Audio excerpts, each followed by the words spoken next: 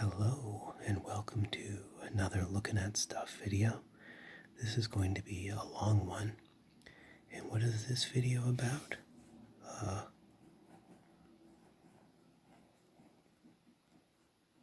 Books. Actually, one book. Because, Jared, what is your favorite book of all time? None of you have asked me. Well, here's the answer. Now you may be thinking, man, favorite book of all time, it's gotta be The Complete Works of William Shakespeare. But, Norton Shakespeare, left over from college. But, no, it's a good book. Not that. Or you may be thinking, surely it is Crime and Punishment by Dostoevsky, the literary birthplace of existentialism. No, it's not that either. Or maybe you're thinking, something more philosophical like Plato's Republic. Nope. Or maybe I talked about science fiction. Maybe it's Frank Herbert's Dune. I clearly read this a few times. But no, it is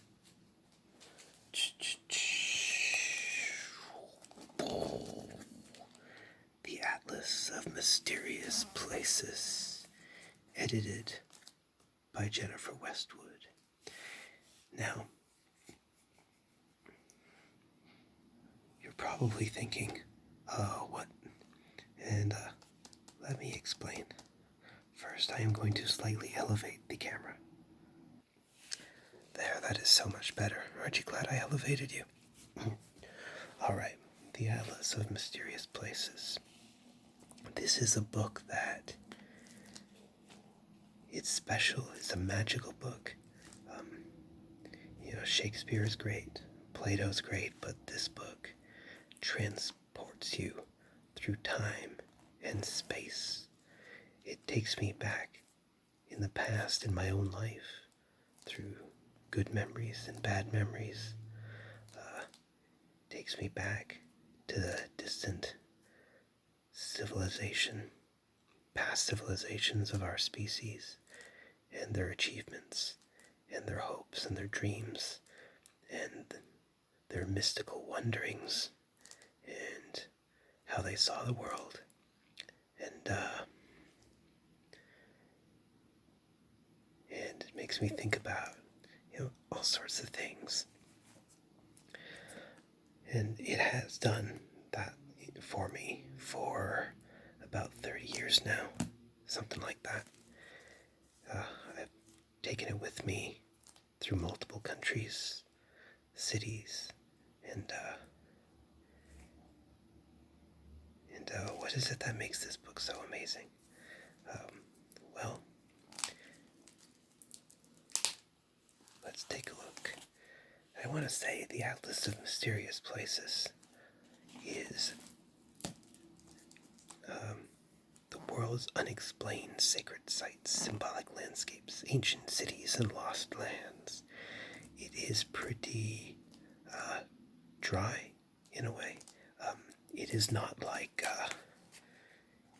if any of you have heard of Mr.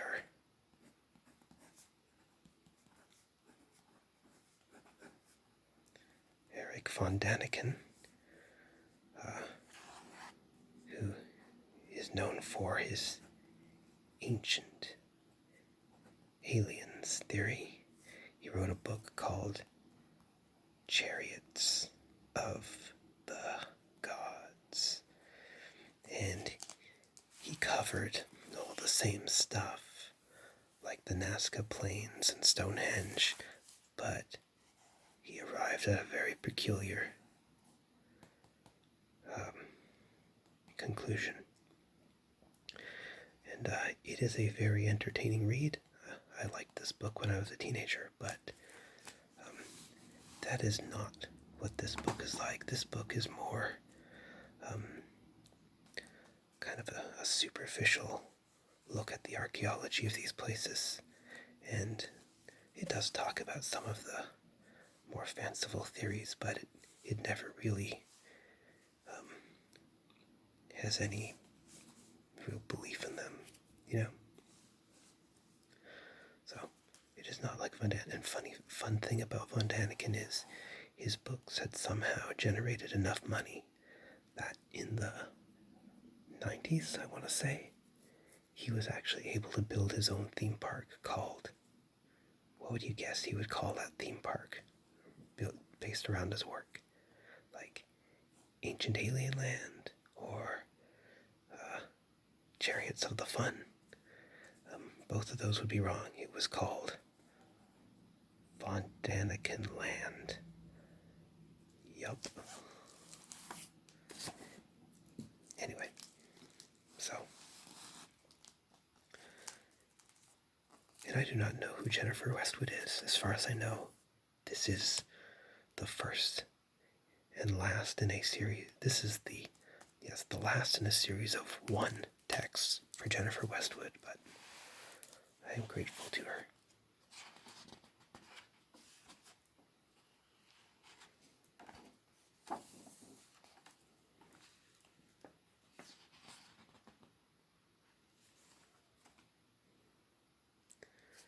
Copyright 1987.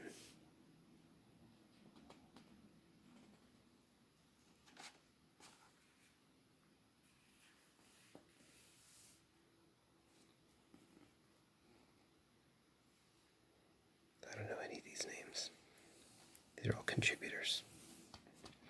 So, just like it says on the cover, the text is broken down into these categories. Sacred sites. So that's like the Giza pyramids, Stonehenge, of course, Jerusalem. So archaeological wonders of the past that have a tie to religion. Symbolic landscapes. So it's like the Nazca Lines, the giant statues of Easter Island, the chalk giant. So, and ancient cities. So uncovered ancient cities like Troy, of course, Machu Picchu. Sorry if I mispronounced any of this, but and then at the end, Lost Lands. So it covers just sort of the theory and the archaeology around Atlantis and Lemuria, Shangri-La, El Dorado. Of course, these places have never been found, so there are no pictures of them or anything like that. It just talks about the interest in them. Again, it stays pretty, tries to stick to fact. And here,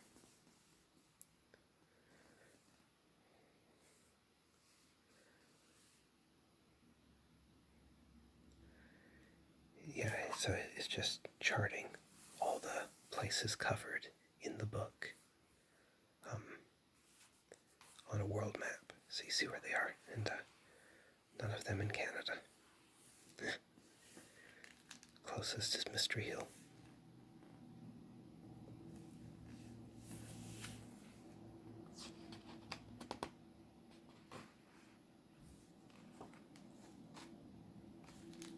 Sacred sites.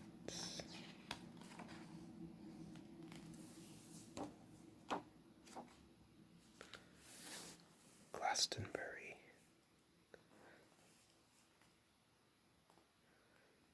So, the significance of Glastonbury is that it may be the burial place of the historical figure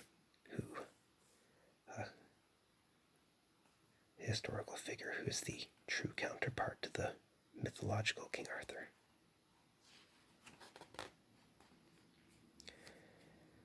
And I never really used to read much of the text. Every now and then I would skim through it or read the little blurbs by the picture, but I usually just kind of read through enough to get the gist of it, and then I would look at the pictures and think about the place and just kind of let it transport me, feel the sense of wonder.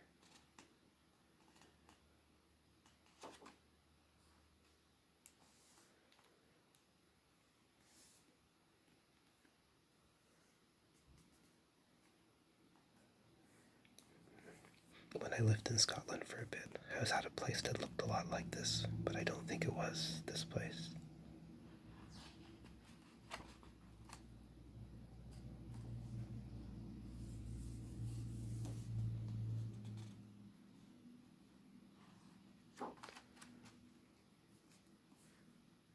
She is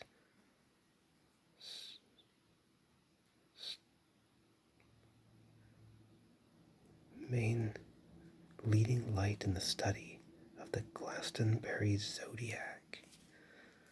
Okay.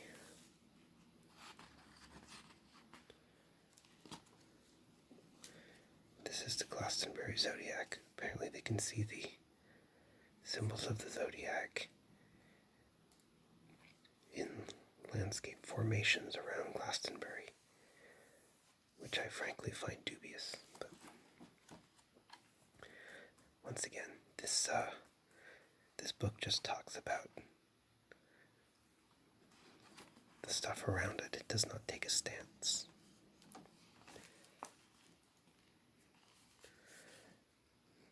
Taishan, sacred Chinese mountain, and I think probably these stairs are most memorable from Ace Ventura, the second one, where he tries to make the slinky go all the way down.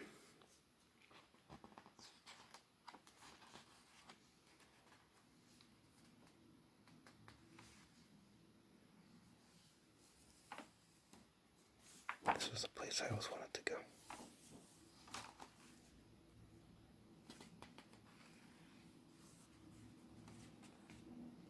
Shout. The cathedral.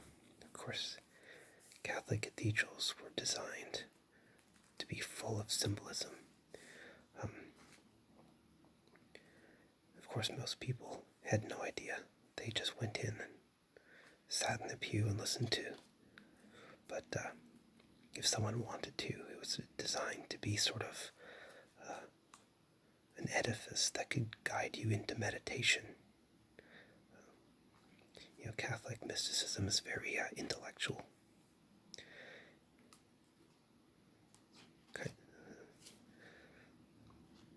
And so these buildings were designed in a way to sort of unite you with mystical elements of the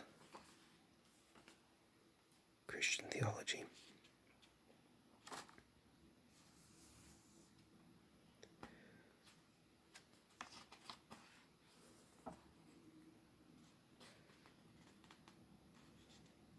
Knights Templar. Everyone remember that book, The Holy Blood and the Holy Grail, was super popular back in the late 90s. And of course, that book is the stuff of which the Da Vinci Code was made.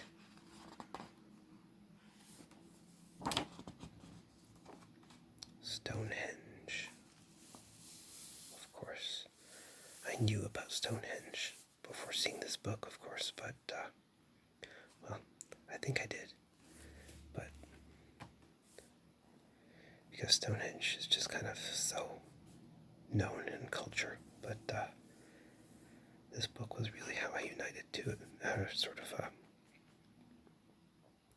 best encountered it.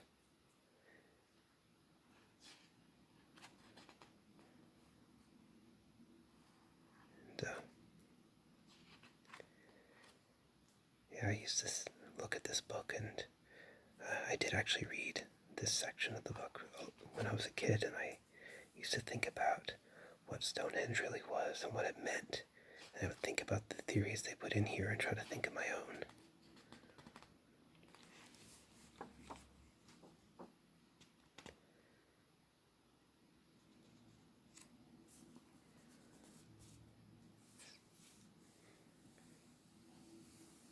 Pretty amazing the way it's designed.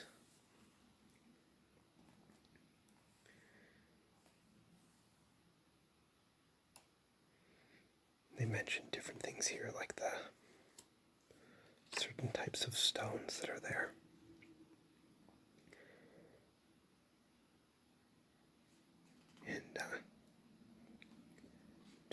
considering that it may have had some sort of mystical or spiritual purpose. Here, local people have long believed the stones had healing powers. So when I read that when I was a kid, my grandmother was going through cancer treatment at the time. And I used to kind of dream about being able to take her to Stonehenge and the stones would be able to cure her. Of course, that would not have happened. But,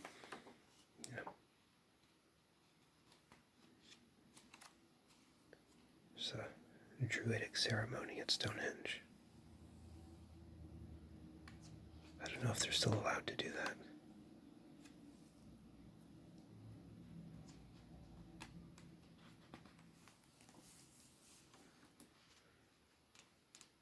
Avebury.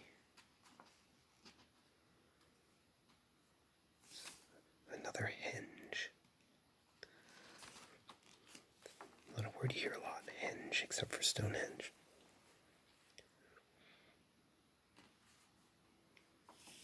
It's another one of these sites that's just giant rocks, or, megaliths.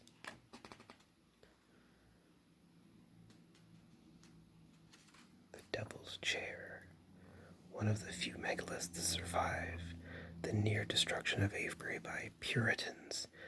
Man, Puritans, is there anything they don't mess up?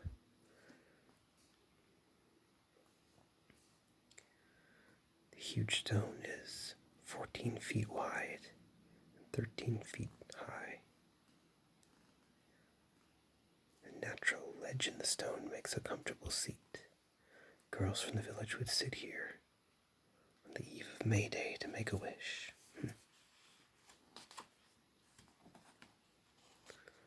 Santiago de Compostela, St. James.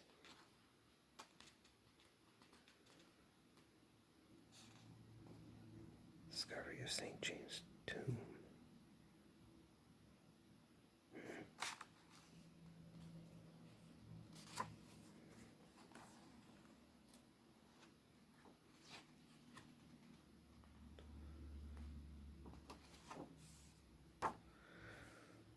Some of these articles I never really read through because there was something about them I just found kind of boring sounding or off-putting. This isn't the kind of book one reads cover to cover. You just kind of journey through it, let your heart take you where it takes you. It's an adventure.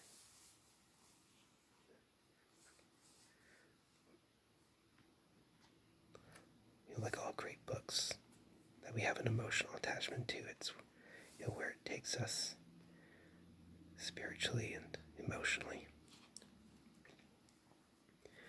Newgrange, it's an amazing place. So there's like one day of the year where the light beams through perfectly and the stones, they're not exactly reflective, but somewhat, and it actually illuminates this underground place. So the first time I encountered this book, I was probably, 8 or 9 years old. So that would have been 30 years ago. And it was, you know what, I'll go into that later, but I want to get through the book itself first.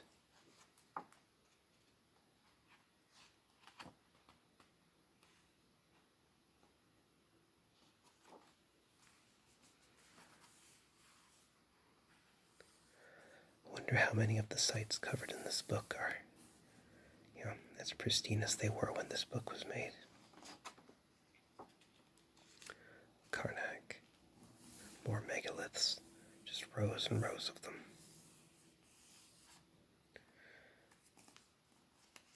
This is in France.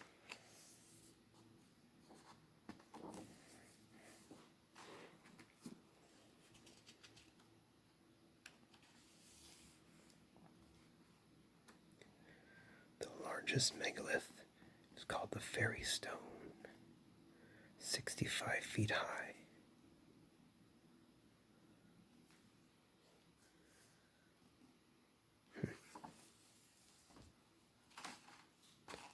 Kumai. So it's in Greece. If you've studied anything of classical literature or languages, you've heard of the Sibyl of Kumai.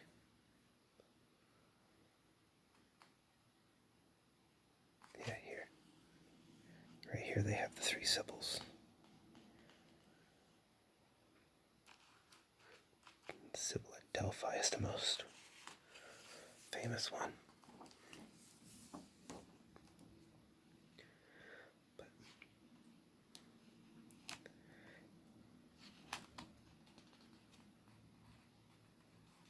basically prophetesses.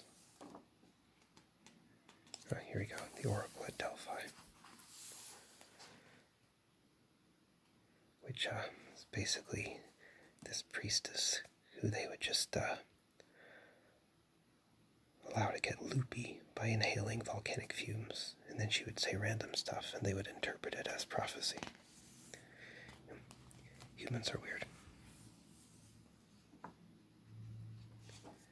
Oh, this thing, the omphalos, which is the navel of the world.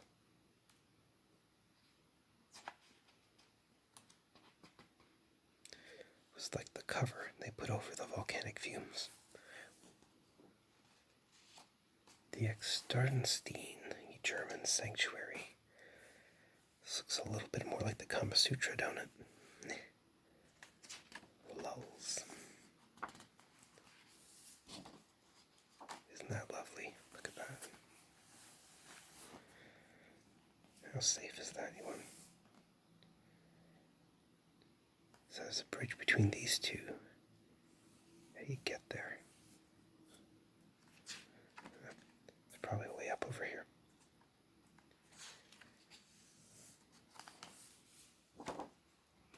Malta. Earth Mother Shrines. There's one.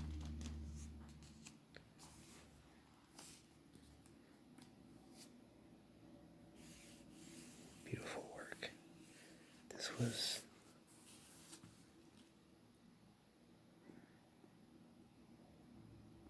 beautifully shaped, once painted red.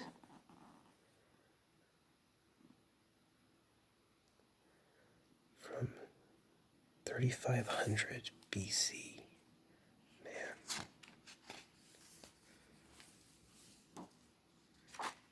Giza. Everyone's heard of the Great Pyramids, right? That's crazy.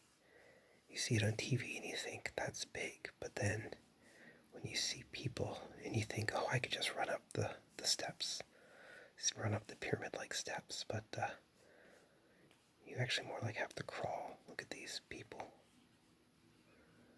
This is one step. Crazy.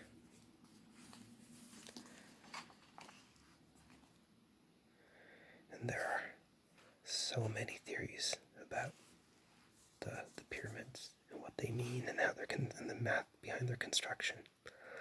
I had this book that was like this thick a long time ago about calculations of the pyramid. And I really don't even remember what the conclusions were.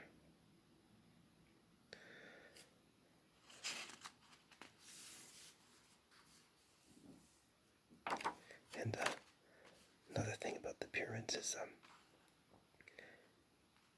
we used to have to do public speaking in elementary school. And one kid, the principal's son, chose the pyramids. And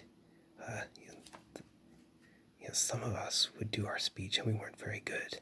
And we'd never have to do it again. But the kids that were considered good public speakers, they would do it over and over and over as they prepared for each round to go to the nationals, and we had to go and support them. So I have lines from his stupid speech memorized still to this day.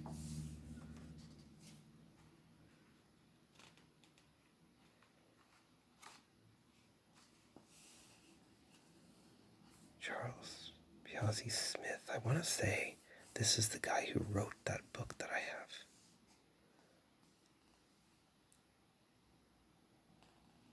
They don't mention it, but I seem to recall that it was a reprint of a very old book.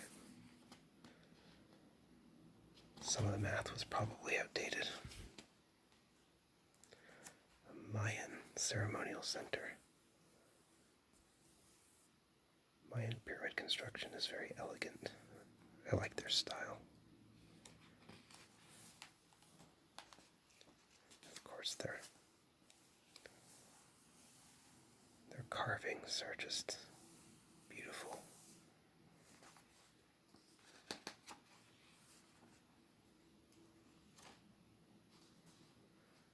Their jade masks, not so much. It's like Shrek. Just insulted some king who probably achieved amazing things, but whatever. Mecca, where many, many Muslims go for the once a year for the holy time.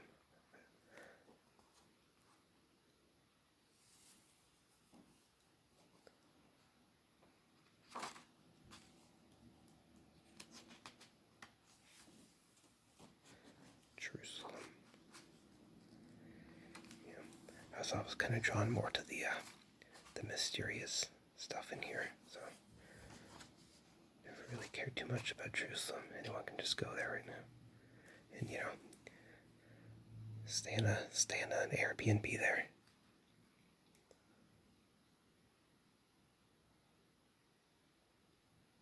City of the Royal Fire, Suleiman.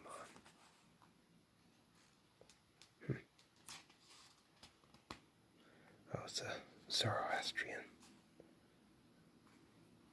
place.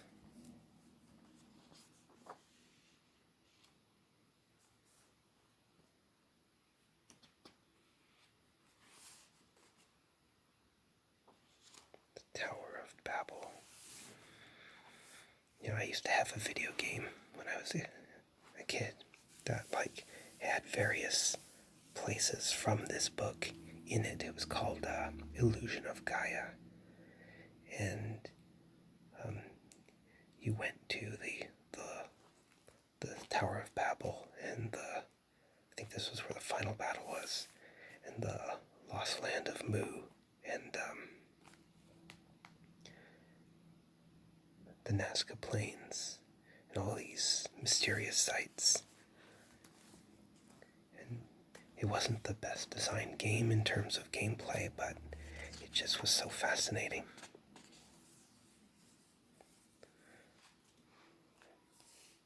It had a very mystical quality to it. There was no other game like it.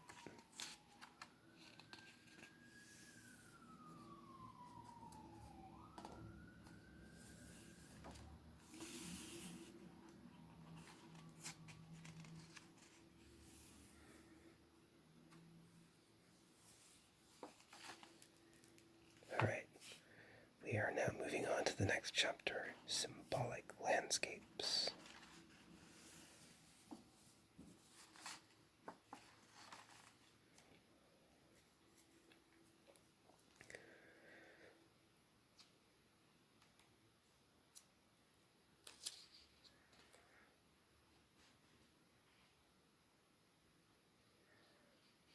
But, I guess I'll just kind of explain a little bit about where this book came from in my life. So, I grew up, I think I told you all before in other videos, but some of you may be new, so this is, again,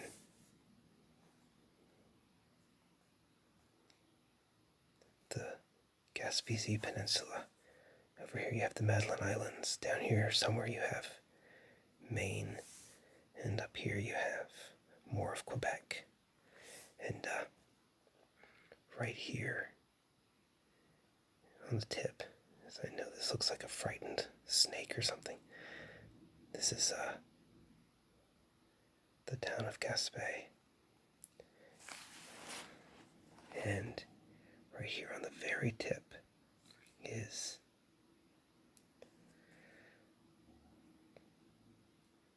what all English speakers there call Grand Grave, but it's concrève, which basically means large gravel. There are a lot of beaches there. Obviously it's a coast, but the stones on the beach are all, it's not sand, it's large stones. So, concrève. And this is now provincial parkland. It's called Forêt Park, or Parc Forêt. And it got converted to parkland in the 70s. Up to that point, my family lived there, and they were paid for their homes by the province, and they weren't really given a choice to stay. They were bought out, and they moved to the nearest city town, Gaspé, like an hour drive away. And there,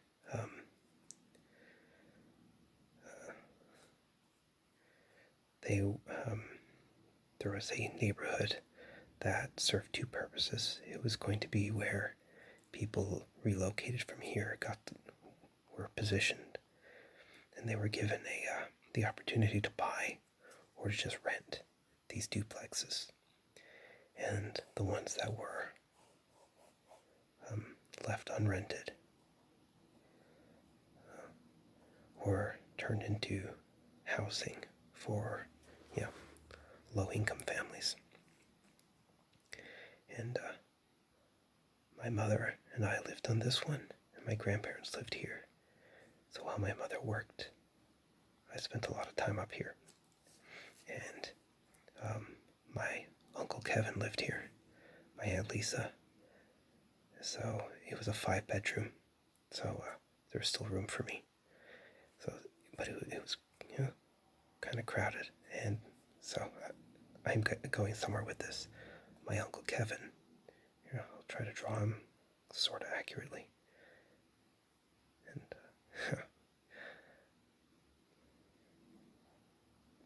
with his goatee.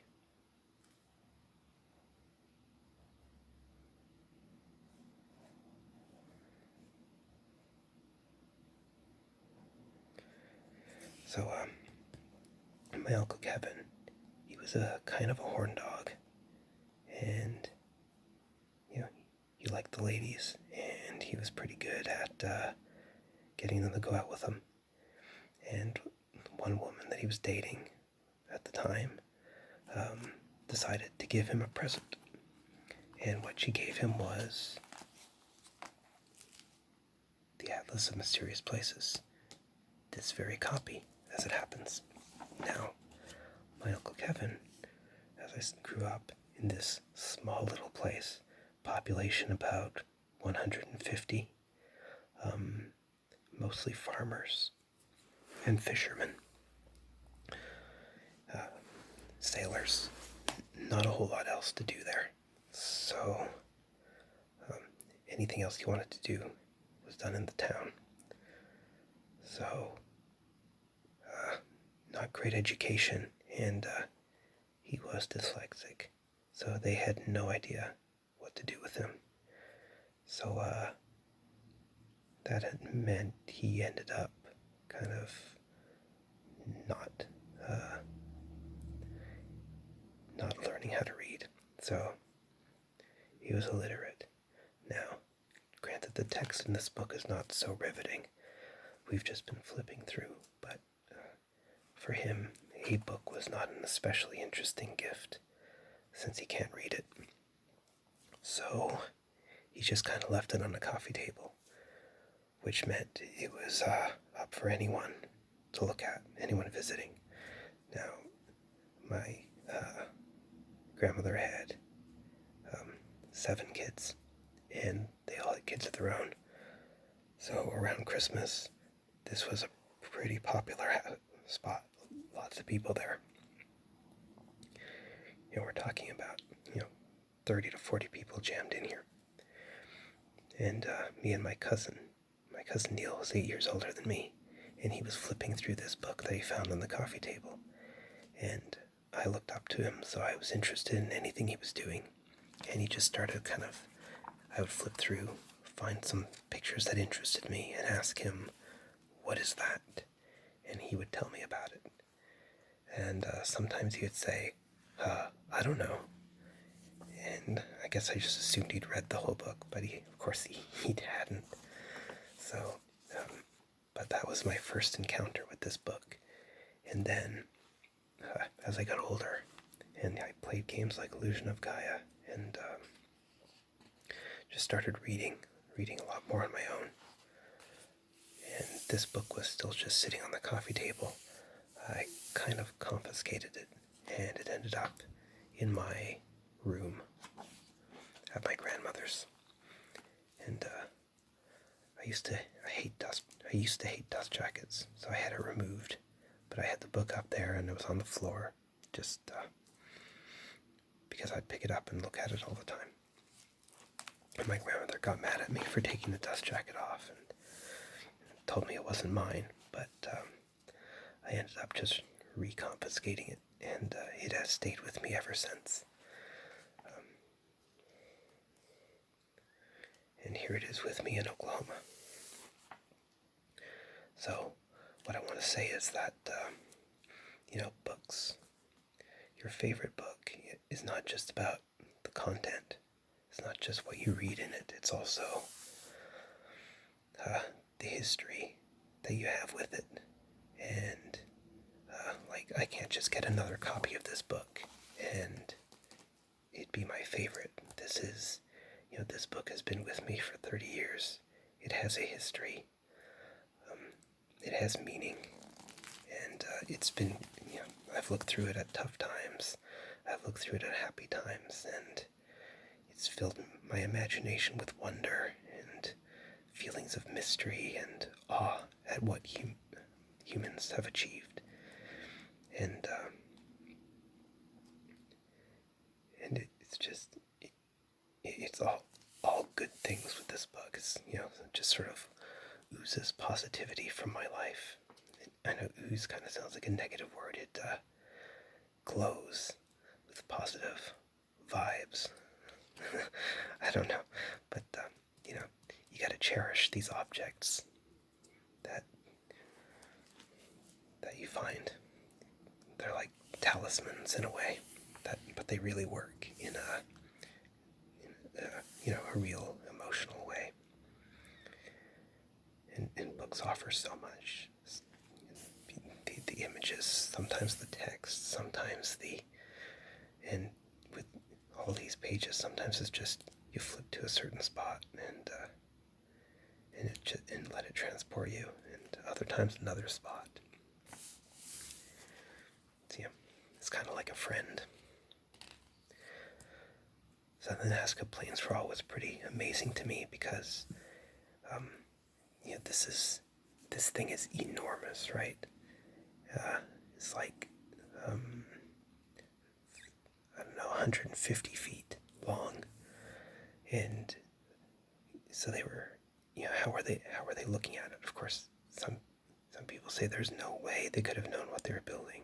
They had to be in spaceships, but we know that's not true. You can draw a small scale and then reproduce it on a larger scale and be pretty sure of its accuracy, but it's still remarkable.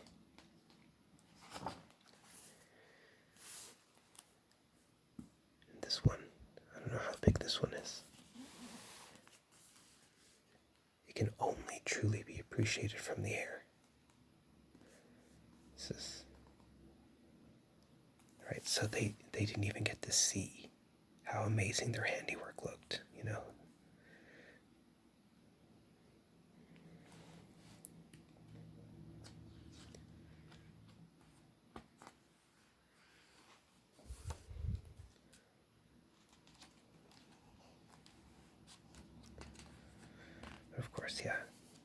it's like Eric von Daniken saw, well, they had UFOs, but, or even some saying, well, they might have discovered, weather balloons or something, but I think it's more likely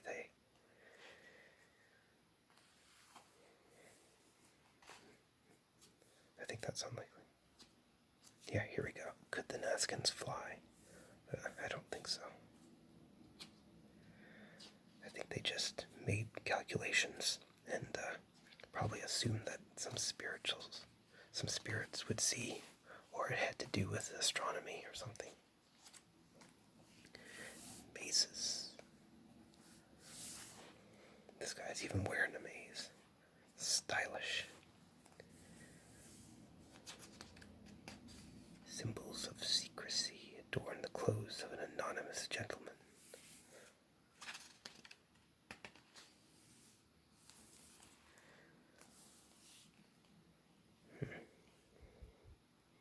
I remember trying to do this maze when I was a kid, but I was like, wait, where's the entry point?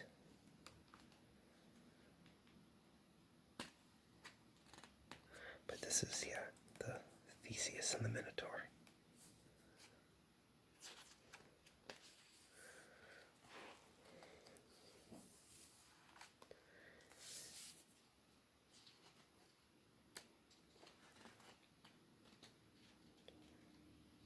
And this is one of those things where, real psychological and emotional value is sometimes misunderstood as some sort of spiritual thing, but there is actual value to walking a labyrinth as just a sort of way of source of meditation. Some people put them in their backyard and just walk through the labyrinth and wow, this is in the outback. Call it Ayers Rock, but I don't think that's right. And that's not the Aboriginal term for it. Is this, was it Uluru? I don't know if this is the same rock. Yes, there it is. Uluru.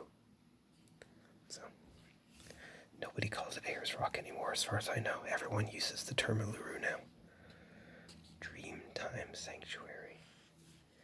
That is an amazing concept of the dream time.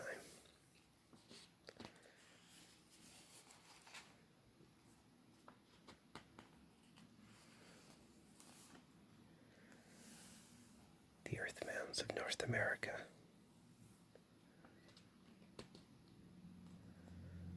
So I've heard some people say, like, well, why didn't North American Indians build anything like other cultures? But they did.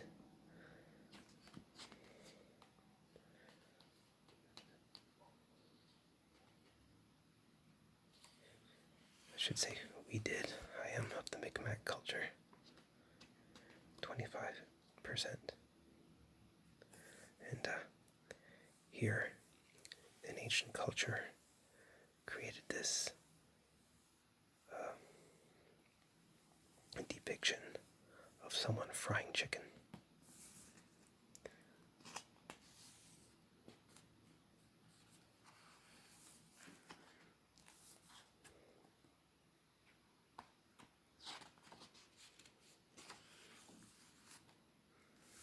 Geomancy. It's kind of an odd thing to include in here. Basically, feng shui. Oh yeah, here, they have the word feng shui. Never really hear the word geomancy anymore. Although I think it was in it's a video game from a long time ago. Final Fantasy Tactics. You can be a geomancer. But, yeah.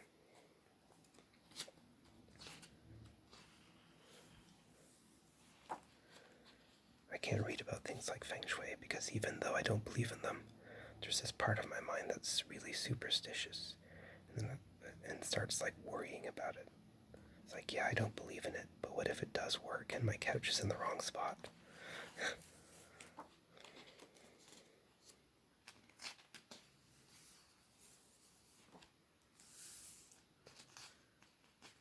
Ley lines.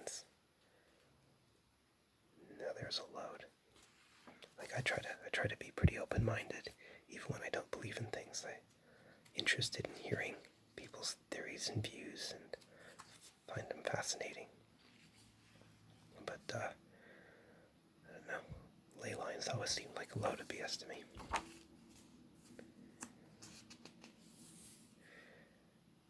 Easter Island.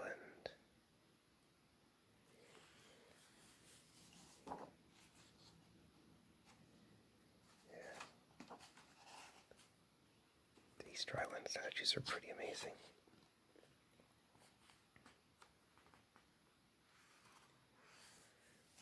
And you didn't see that. The chalk giant, he's having a very good time doing whatever he's doing.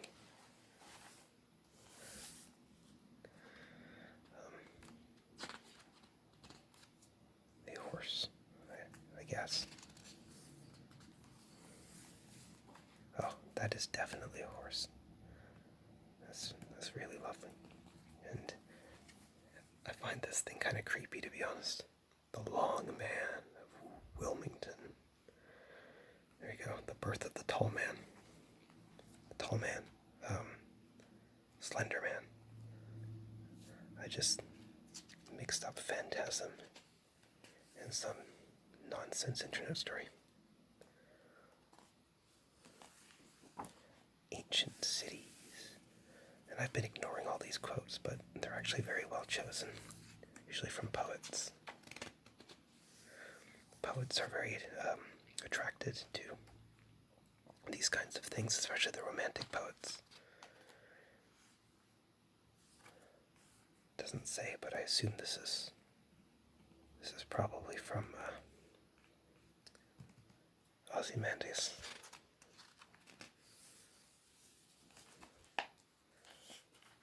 Machu Picchu, Inca Citadel.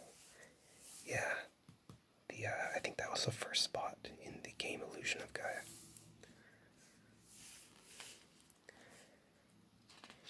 And it's on my bucket list that, if I could go anywhere, I would want to go to these places. I don't know why. I don't really want to be a part of, tourist culture and just going and seeing them. I don't know. Maybe not. Maybe I take it back. I don't want to go there unless I have a purpose.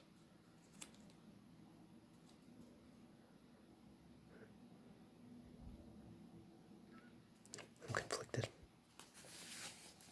Man, it's just amazing, beautiful up in the Andes.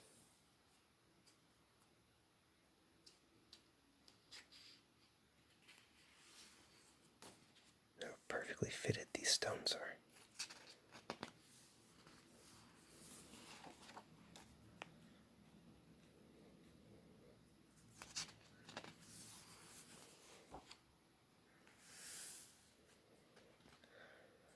I don't think this book is in print anymore, but I'm sure you can find it. If you like what you're seeing, you should definitely grab yourself a copy. Because, of course, I'm just flipping through the pictures, but the text, while dry, is still fascinating.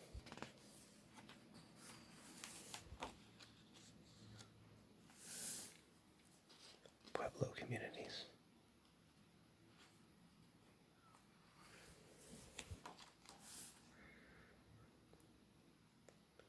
The Anasazi people.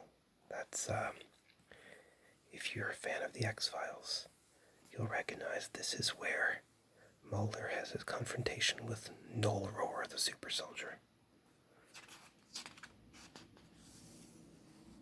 What is it? The Anasazi. This enigma, their rapid and mysterious demise.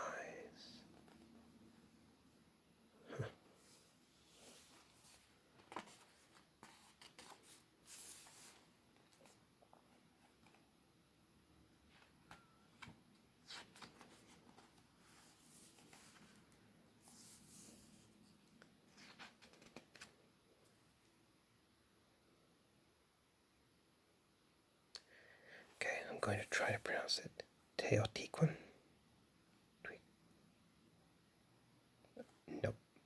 I think, if any of you have ever heard of Homestar Runner, Strong Bad pronounced it Techno Chocolate Land. He added way too many syllables. Yeah, anyway.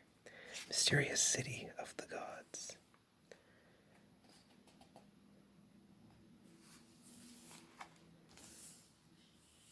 Again, just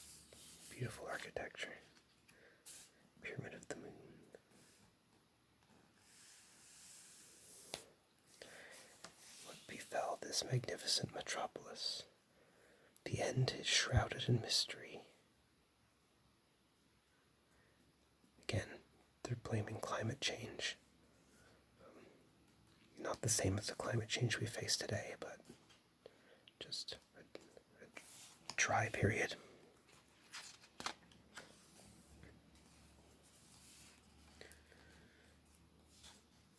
Olmecs, Toltecs, not to be confused with Aztecs, or IT techs, Zimbabwe.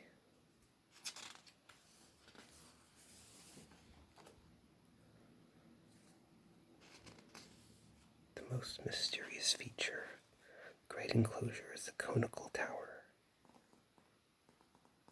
Tower is completely solid, offers no clues as to its purpose.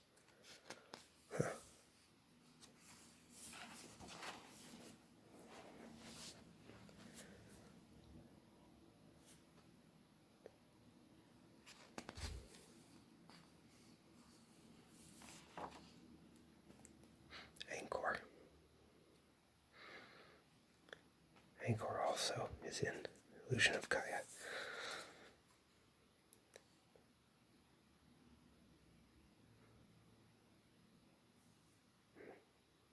Cambodian. What's the deal with it? City containing the largest religious buildings in the world. So why isn't this in sacred sites? Oh, because it's a city. I guess lost cities. This is the section we're in now.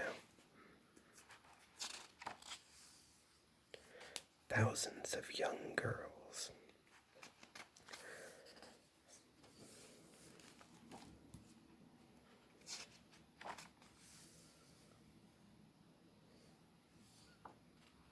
Thai dancers.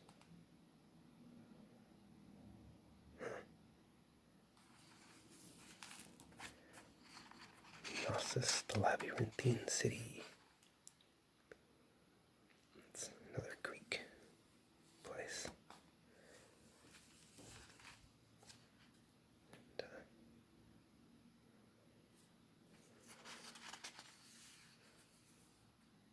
yeah, the bull. Where there are labyrinths, there are bulls.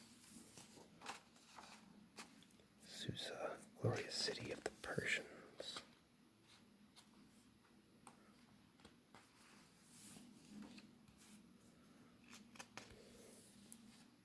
This guy.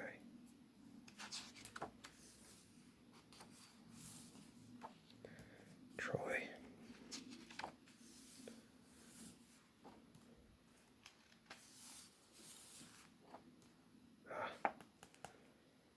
Schliemann. The good old days of archaeology. I remember so I studied Latin and Greek for years, and I remember one of my classics professors laughing at, of course everyone still admires Schliemann, but at the same time, he was an amateur in a way. With a lot of money and good sense, but still an amateur. And kind of just bumbled into it, and he had his wife model with his headdress from this culture, and apparently she was wearing this all wrong. I think it was supposed to be a neck piece or something, I don't know. So it's a bit of an embarrassment. She looks nice in it, but Petra, the city of tombs. Petra is in present-day Jordan. What culture? Let's say.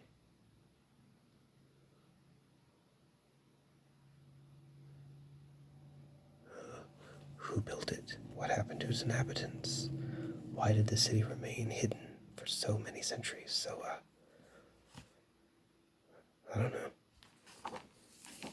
I'm hoping they would tell me. For many centuries, Petra remained unknown to the Western world, visited only by Bedouins. In 1812, a young Anglo-Swiss explorer, Burckhardt, entered the hidden city and made covert sketches.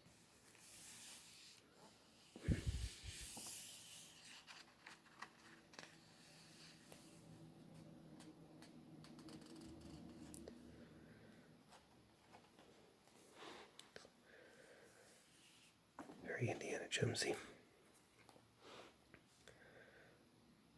So yeah, you see, like, I think I normally kind of skipped over that part, but this time it just kind of reached out at me. Mohenjo-Daro, the first planned city.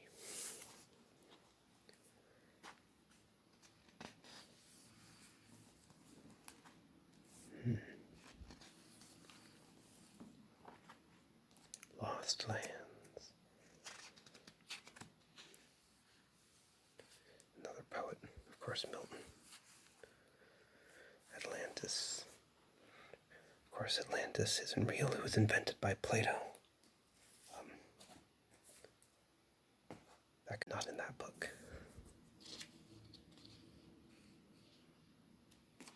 Yeah, here we go. One of several ancient Greeks who laid foundations of Christianity, he was the first man to write down the story, the disappearance of Atlantis, because he made it up. But, yeah, that's not to say there aren't lost cities, sunken cities, and you could call any one of them Atlantis if you wanted to.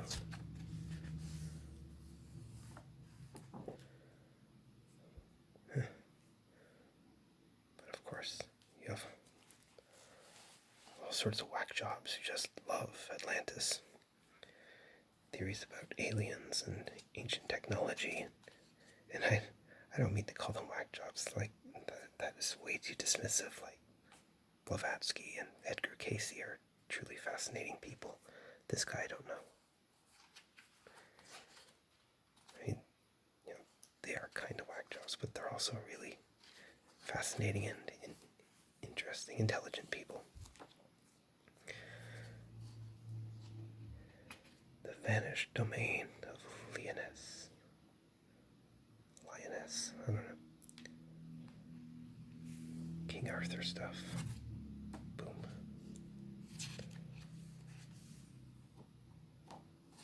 I don't really know anything about this one.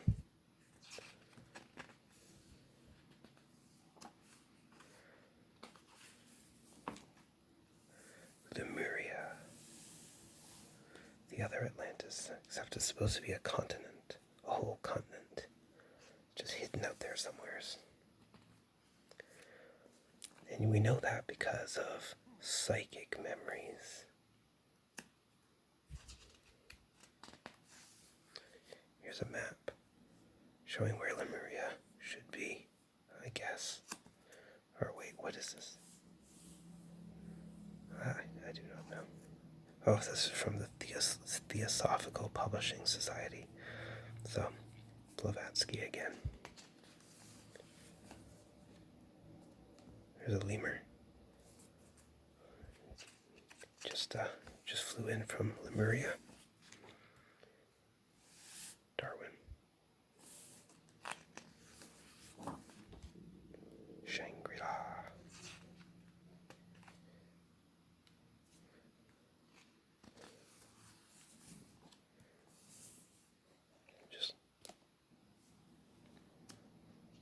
Just like the Billy Idol song.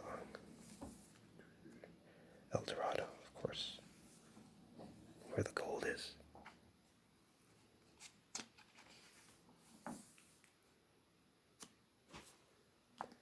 More genitals. See, avoid. And that's it. I'm gonna call it quits here, but I really hope you enjoyed this book. Obviously it means a lot to me, and I enjoyed sharing it with you. And,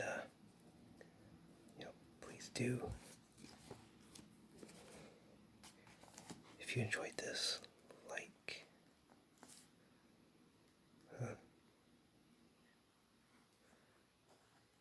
subscribe.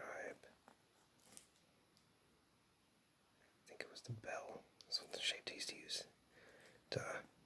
Comment if you want to. Alright, thanks for watching.